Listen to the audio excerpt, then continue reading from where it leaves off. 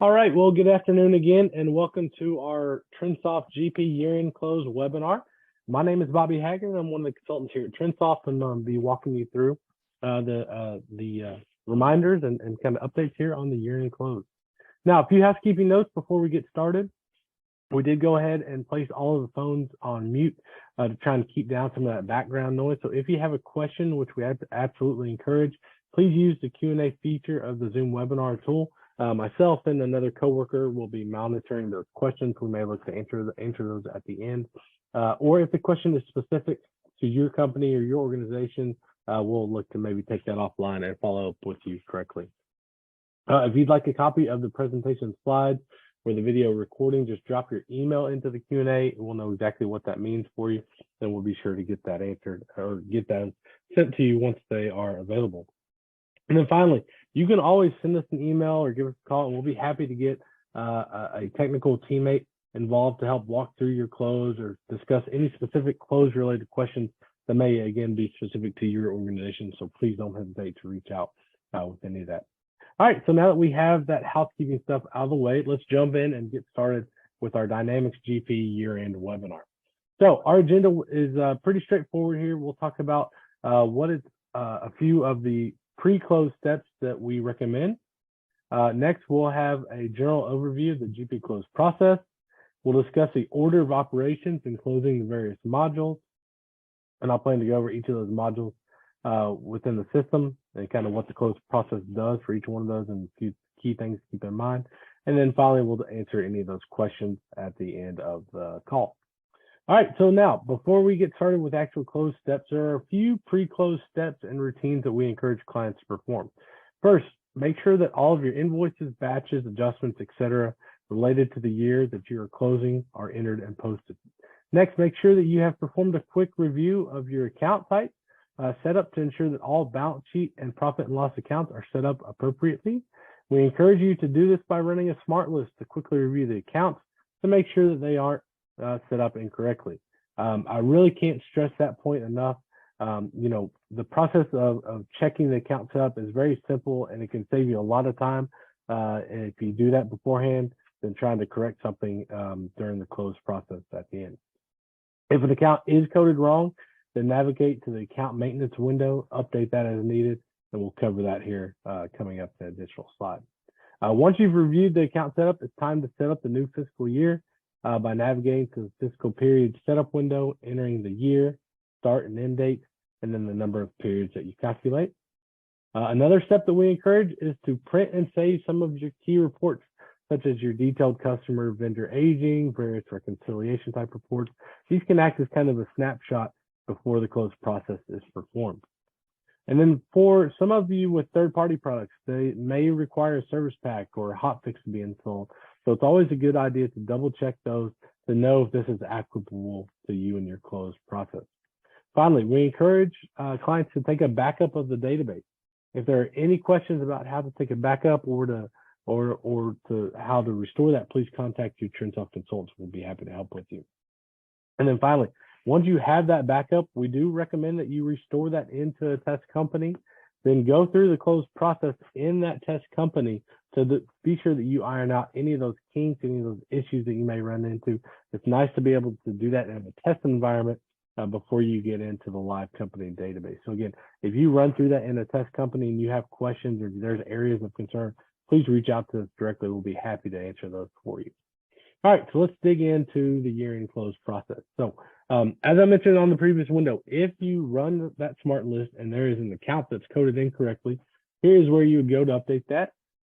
So here in your account maintenance window, you would just go to that posting type of balance sheet and profit and loss and toggle that to the other one. Again, that will save you a lot of steps in the actual close process.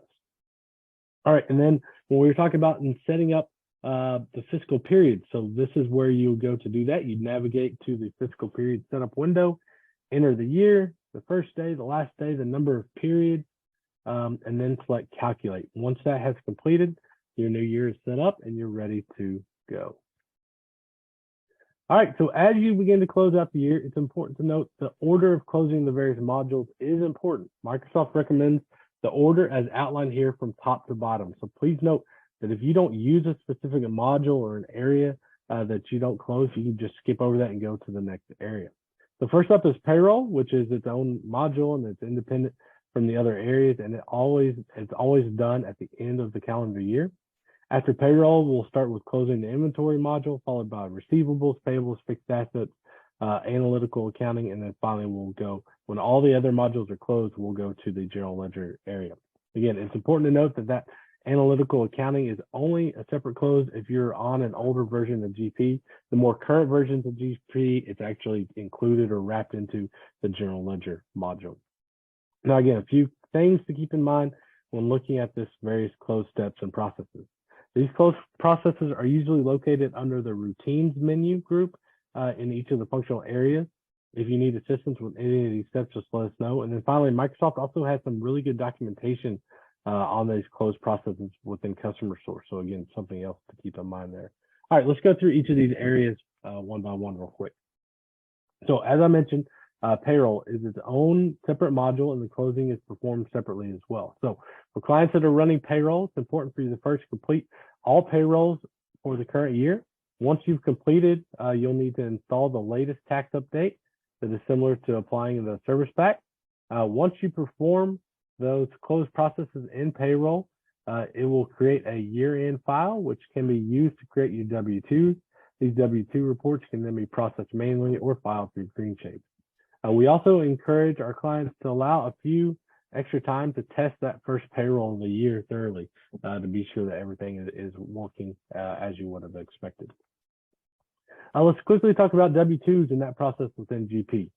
So first, make sure that you have the latest payroll tax update running in this instance for the 2022 calendar year. Next, you'll want to process all pay runs to be sure that you've posted for the current year. The user will then want to complete all payroll related procedures for the month end, quarter end as they normally would. Once that has been completed and the final payroll has been run, you will want to install the year-end update, and users will then create and verify the year-end file. The user can then install the payroll updates for the next year. So in this instance, that'd be 2023. And then the last step here is to close the physical periods related to the payroll series. This will again prevent any users from mistakenly posting into the wrong calendar year. All right, inventory. Before closing the year in the inventory module, be sure that all inventory related transactions have been posted. This would include invoicing, sales order processing, inventory transactions such as cycle counts or physical account adjustments. Once these final transactions are posted, you're ready to perform your year-end close for the inventory module.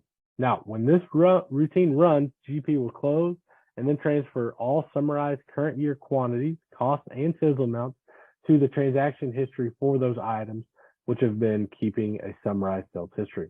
The quantity sold field for each item is reset to 0, and the close process also updates the quantity in each item's beginning quantity field to the quantity on hand for each site. Finally, there is an option when performing the close to clean up discontinued items and lot attributes for items that have been completely sold out. These are just check boxes that the user has the option to enable prior to running that close process. For inventory, it's important that users to note that there is not a year-end close report related to inventory. So in this module, when the inventory close process is complete, it's just finished. There's no routine, no report generated. So if there's any specific inventory related reports that you want to save that are important to you to run, go ahead and run those before you run your year-end close process. And then just like with the payroll module and in these other areas, once that last option is completed, go into the fiscal periods and close that specific module to again prevent any other users from posting into the wrong period or the wrong year. All right, receivables. Before performing the close process for receivables area, once again, it's important to be sure that all sales and receivable batches for that current year have been posted. Once all current year activity and transactions are posted, we recommend that you run your customer trial balance and reconcile that to the GL. All right, so when the close process is run, the user now has to process the year-end routine. So when that routine runs, the system will clear the calendar year-to-date and finance charges along with several other year-to-date and current year fields and move them to the last year, calendar year for those respective areas. Again, it's important to note that in some of these smart list objects and summary views that have those date sensitivity, that this may be may need a closer review or analysis to be done. Then finally, just like in the other areas, be sure you go into that fiscal year, fiscal window and close out those periods so no additional transactions are entered. All right, payables. You'll see that payables close is very similar to receivable steps. So again, before performing those processes for the payables area again, be sure all your payable batches and current year stuff is posted. Once all current year activity is posted, we recommend that you run a vendor trial balance and reconcile that to the GL. Once the user is ready to process the year-end routine, the routine runs, the system will clear the calendar year to date, finance charges, and several other year to date and current year fields, and again, move those to the last calendar year or last year in the respective area. Again, just like on receivables with your smart list objects and summary windows, just be real careful that you're reviewing that closely to be sure that all that moves as expected. And then finally, once you have closed that, go to your fiscal periods year, close out the payables to again ensure nothing else is closed or saved to a prior year or prior period. All right, let's quickly talk about 1099s here within payables. So first, it's important to note that the 1099 process is not connected to your year-end close process. So you can complete your year-end close and then come back at a later date or time and work on 1099. It's important to know that 1099s can be printed manually through GP or through the GreenShade software. Also, remember that the new 1099 form that came out a couple of years ago is still out there. And so if you're printing 1099 statements from GP, you'll need to be sure that you're on that newer version that has that form included, which most of you should be at this point. Now, within GP, it's important to make sure that your vendor is set up correctly from the start. So we encourage clients to ask for a W-9 up front. As a reminder, the vendor 1099 setup is done through the vendor maintenance window, and you then select the options button in the lower right-hand corner. This will open that vendor maintenance window, and you can set that 1099 field, which we'll look at here following. The user does have the ability to print 1099s or edit 1099 amounts through the 1099 details window. However, we do encourage the users to set up those vendors correctly once they're initially set up as designed. And then finally, to print the 1099s is again under the routine section in the payables area. So as discussed on the previous slide, here's a quick reminder about where to ensure 1099 vendor is set up properly. So as you can see here, the highlighted fields for the tax type and 1099 box are both listed there. Again, you can adjust those by hitting those drop downs and selecting the right code. All right, let's look at 1099. So although it's done through the 1099 details window, as I mentioned previously, user does have the ability to manually edit 1099 amounts if needed. So the user can enter the vendor ID. They can then update the 1099 related boxes and then click save. So once you have all your 1099 set up correctly and the proper data entered, you're ready to print these. To print your 1099, you're going to go to your routine section in the payables area. Once you're ready to print, you'll enter your federal ID number, the 1099 year and type, narrow your vendors down if you needed to, and then you can hit print. All right, let's talk about fixed assets. Next up in the module. So fixed assets. You don't want to close fixed assets until you've closed your payables module. It's important that you close payables first. If you have multiple fixed assets books, you can close each of them separately. However, each must be closed prior to closing the general ledger. Prior to closing the fixed assets module, be sure that you post any additions, charges, transfers, retirements, and that all depreciation for the current year has been completely posted. The fixed assets close routine will clear your year-to-date in the current year. Costs and life-to-date depreciation will be updated, and this would include reserves, salvage values, etc. And then the current fiscal year is updated to the next year. A key aspect to know about the fixed asset module is that it's important to run the year-end reports and reconciliation reports prior to closing the module. All right, as I mentioned earlier, with newer versions of GP, the analytical accounting module is included in the general ledger close, so there are not any specific close steps for the analytical accounting. However, if you're on an older version, or if this is the first time that you're closing the analytical accounting section in the newer version, then GP, it may prompt you to move some data history between the two, and that's normal. We do encourage you to review the setup within your analytical accounting options window prior to closing for that first time. If you use analytical accounting and you have questions, please don't hesitate to reach out to our team. We'll be happy to get those updates for you. All right, general ledger close. So the general ledger close should be performed only after all other modules or areas have been closed. As I mentioned earlier, this is your last chance to double check that your account type setup is correct. And it's so much easier to correct this on the front end than trying to correct this once you've already completed the year-end close. All right, take a backup. Okay, again, can't say that and emphasize that enough. Take a backup. If you have any questions with that, contact your TrinSoft team about that. Again, take a backup. This is a good point that if something does go wrong with your general ledger year-end close, just reinstall that backup and you're right here where you were if you need to make any updates prior. Another key step before running the close routine is to double check that your GL setup and ensure that the proper account is selected for retained earnings. Confirm that the setting for your general ledger setup window, double check that the correct retained earnings account is entered for you guys. When the GL close is run, all P&L accounts are rolled into retained earnings and all balance sheet accounts are rolled into the beginning balance for that account. Inactive accounts with no balance and no historical transactions can be removed. And finally, the year that has been closed is marked as historical, and the fiscal period tables are updated, making that year historical. Once the close process is run, be sure to save your year-end close reports as needed. Finally, as I may have mentioned in the other areas, be sure that you have closed those transactions so that no one posts in those other periods. Now, in the unfortunate event that something does go wrong during the close, there are a couple of options. First, there's the reverse year-end close option that will reverse the latest close that was performed. The second option would be to load that backup that was taken of the database just prior to doing the close routine for the GL side. Though again, issues like this are rare, it's good to know that there are options if a fix is needed. All right, so here is that general setup window. So this is where you'll confirm your retained earnings account. You also see those check boxes there from maintaining history and the different features that you can allow or not allow.